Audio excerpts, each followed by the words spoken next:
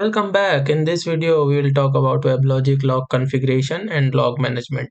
If you are new to my channel, don't forget to subscribe my channel for more interesting videos related to WebLogic administration or SOA development. Now, without wasting time, let us talk about log management architecture. So here you can see we have two servers. One is our managed server and the another one is admin server. And you can see we have a server logger, so it records all the messages in server log file, for example .log or .out files. And we have a domain log broadcaster also, so it broadcasts all the server messages to domain logger. And if you remember, you can find domain log files in the admin server log directory. We will see in this video as well. You can also put filters on log messages. So here you can see filter, and technically you can put a filter here also, so that you can control your logs in a better way.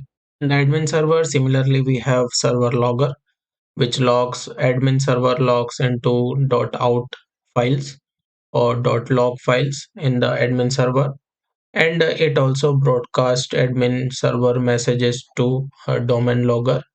So we'll see in a while. So let's go straight to our server.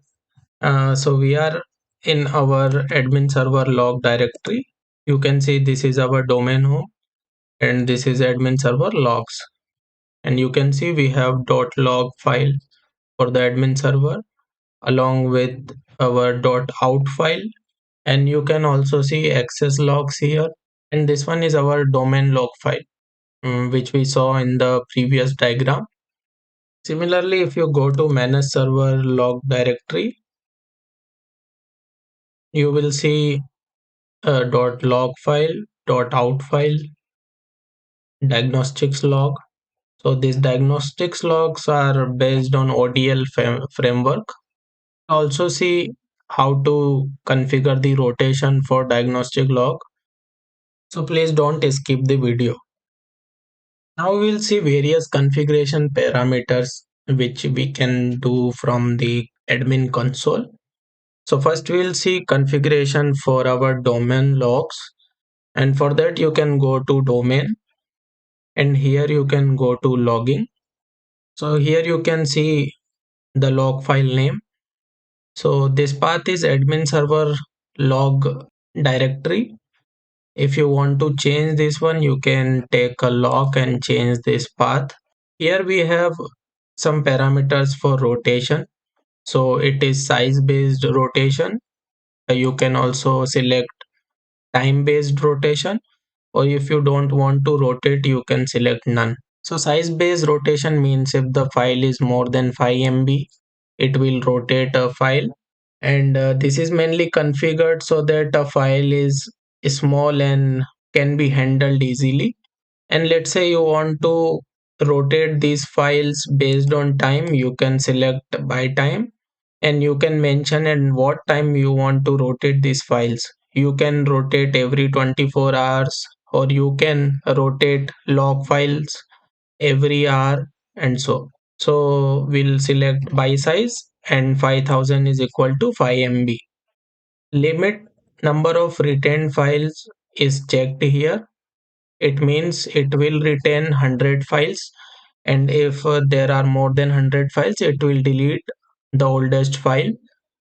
And if we disable this one, there will be no limitation on that one. You can also give a directory name here to rotate files in the particular directory. So if you give a archive folder here, it will rotate files in this folder. And here you can see this file is rotated file, and the size of file is 4.9 MB. So it rotated the file before it gets to 5 MB. And suppose you don't want to keep these files here, and you want to rotate these files to some other folder like we created in the console. So you can create a folder here, and it will rotate all the files in this archive folder based on the configuration we are seeing here. You can also enable this flag rotate log file on the startup. So whenever you restart the server, it will rotate the file. This will be very helpful if you restart your servers and want to track what is happening after the restart. So it will make things a bit easy. In the advanced tab, you can see more properties related to logs.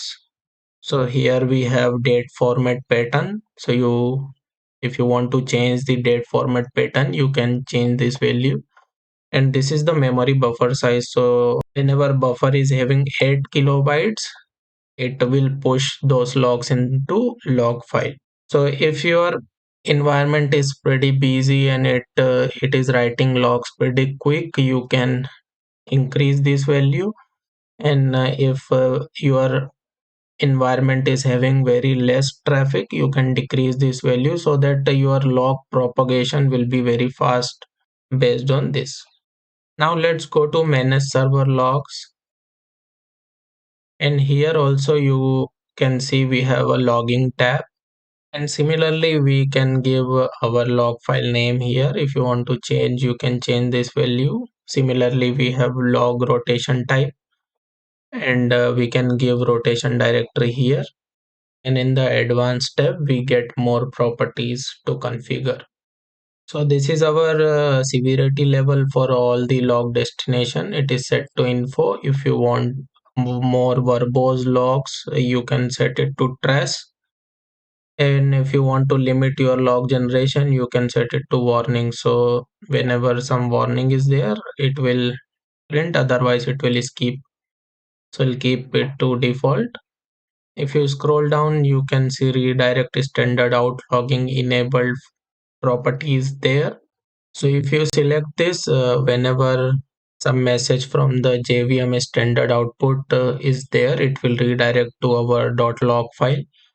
So it is helpful when your heap is overloaded or out of memory type of errors are there, it will redirect it to .log file. And similarly, this is for standard error logging. You can enable if you want to redirect your JVM standard output or standard error messages to log files. You can also enable log monitoring. So this is useful when you are in your production environment and you want to throttle your log generation. You can tune these properties. Let's say there is a issue with database and it is printing too many logs for the database errors, but you don't want to print those many logs because it is getting hard to track logs. So you can limit those things from here. If you scroll down, you get a log file severity. So this is for .log file. You can select severity level. So if you just want to track warning messages, you can select warning. And if you put on debug, it will create too many logs. It will debug all the components. In the filter, as of now, you are not getting any options, but we will see how to create filter and configure it from here. Log buffer is similar to what we have seen. Now this is for your .out file. You can select severity level, and again you can give a filter to filter those log messages. As we have seen in the diagram, this is for domain log broadcaster. Here also you can select different severity levels, and even you can set it to off if you don't want to broadcast your messages to domain log. From here you can enable stack trace for standard output, and even you can select the depth of those logs. Let us see what we get in the HTTP log. So the first flag is you can enable or disable HTTP access logs. It is always useful to enable access logs to track what request you are getting in the WebLogic. And this is the path. So the path will be your domain, server logs, and the access log. And here also you can select your rotation policy, and even you can move files to some other archive location after this rotation. And if you want to rotate access logs on the server restart, you can check this box. When you click advanced, you get more options like log formatting. So by default, it comes with the common log formatting. If you want to use more attributes like date, time, method, URL, bytes, or your X forwarded IPs, there are a number of properties you can use. You can even create custom attributes and use it in these fields. So this is a sample access file you can see here on the screen, and based on the sequence, you can see different columns here. So first column is for date, the second one is for time, the third one is for time taken, then this is the method, this is URI, and this is the status. So if you want to change the sequence of these columns, you can change from here or here. If you want to add more, you can refer Oracle documentation. So let's see what properties we get in the documentation. So here you can see the Oracle documentation for log formatting. So this is our common type. With that, you get a host, auth user, time, request status, bytes. And with the extended log format, you get n number of properties like date, time, IPs, DNS. So complete information is available here. I will share this link and you can refer this once. You can also create custom field identifiers. So in the upcoming video, we will cover that as well, like how to create a custom attribute and use that in the access logs. So that will be very interesting.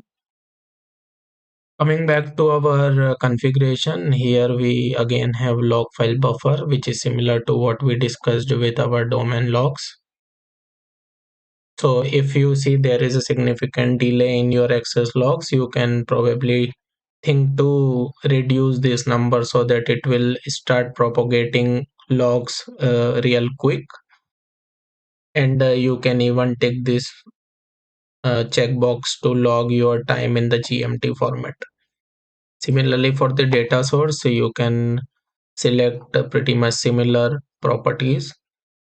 Now let us see how we can use filter properties in order to restrict our log generation. So for that, let's see our .out logs, what it is printing.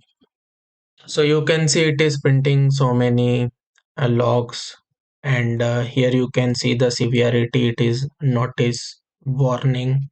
So let's say if you just want to print whatever message is having this message ID, and the rest of the logs you don't want to print, let's say this one 000330, you don't want to print this one, you just want to print whatever is having this message ID.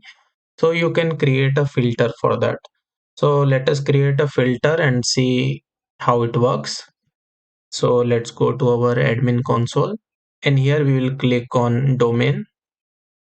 We'll go to our log filters, and here you can create filter for the message ID. So let's take a log, click on new. We can give any name we want. So we'll give OSB server filter, and inside this we can give expression for the filter. So we'll add the expression, and here you get different attributes by which you can restrict your log generation. So we'll select message ID. So our message ID should be equal to what we have in this log. So it is this one. We'll put this here and click OK. We will save this and activate changes. So our filter has been created we'll have to apply this filter on our out logs. So for that, we'll go to our OSB server 1 logging. And here, as we have seen earlier, we'll go for the outlog configuration. So when you scroll down here, you will see standard out. And this time we will select filter as our OSB server filter. We'll click on save and activate changes. Now let us restart server and see whether it is reflecting or not. So our server is started again. Let us see if our filter is working or not. So we will tail our .out log.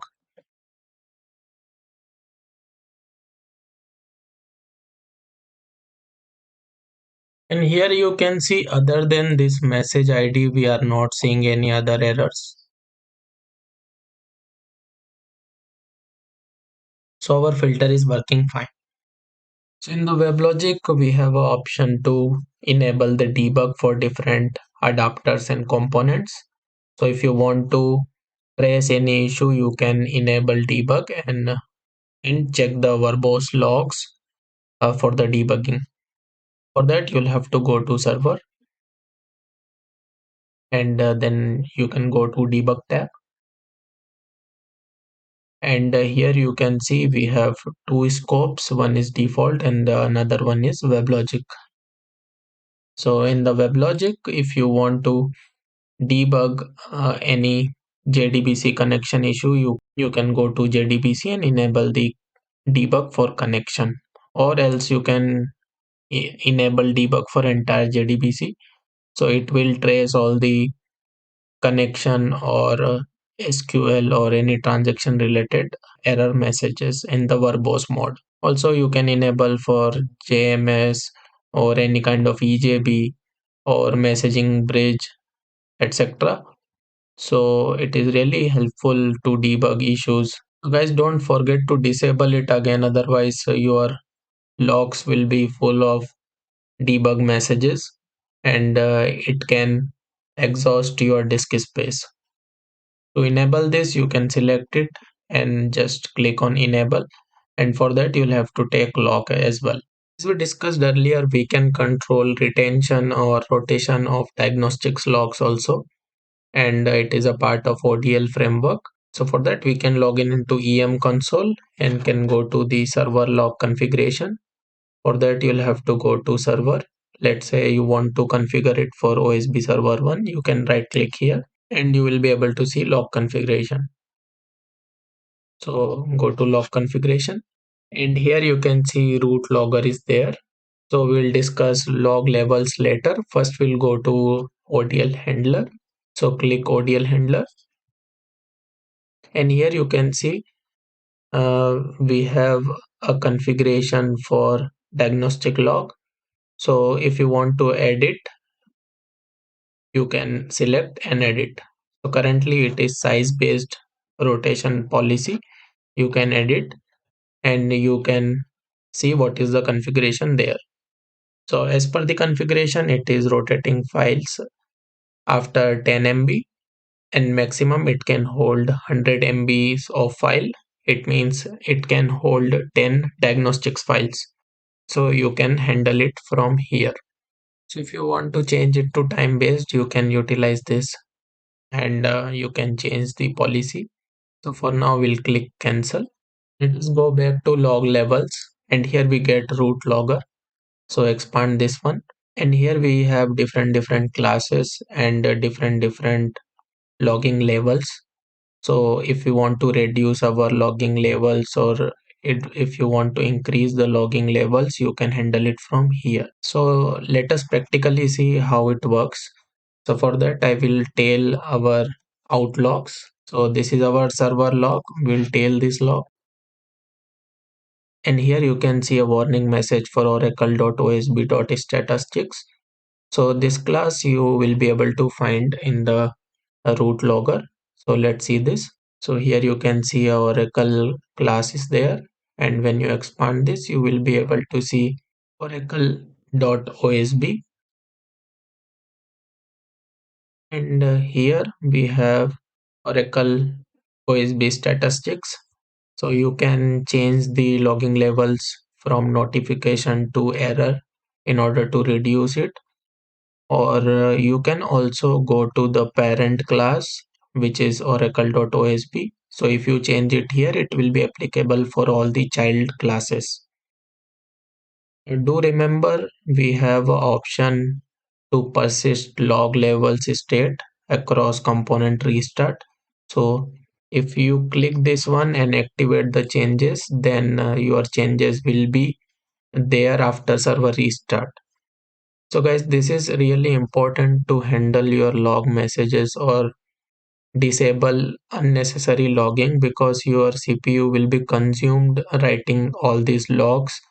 And especially for the production environment, if too many logs are there, it will be difficult for you to debug the issue.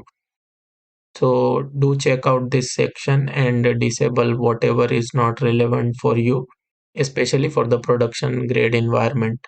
Also note guys, all this configuration you can see in the backend as well.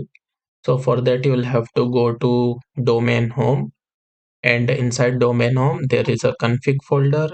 Inside config we have fmw config servers and the respective server, and you should be able to see a logging.xml file, and all these classes and the debug levels are mentioned here. Similarly guys, if you want to set logging levels for any adapter like UMS, so you can go inside that, and suppose you want to configure for SMPP driver, you can manage your log configuration from here as well. So for that particular adapter, if you want to change log levels for respective classes, you can come here and change the properties accordingly. And again, you will have to click this box if you want to persist it after your server restart. Otherwise, those changes will be temporary. That's it for this video, guys. We will meet soon with different topics in the upcoming videos. If you found this video helpful, don't forget to hit like button, subscribe my channel, and hit the bell icon for the further notification. Also, don't forget to put a comment so that I can keep coming with the different topics for you. Thank you.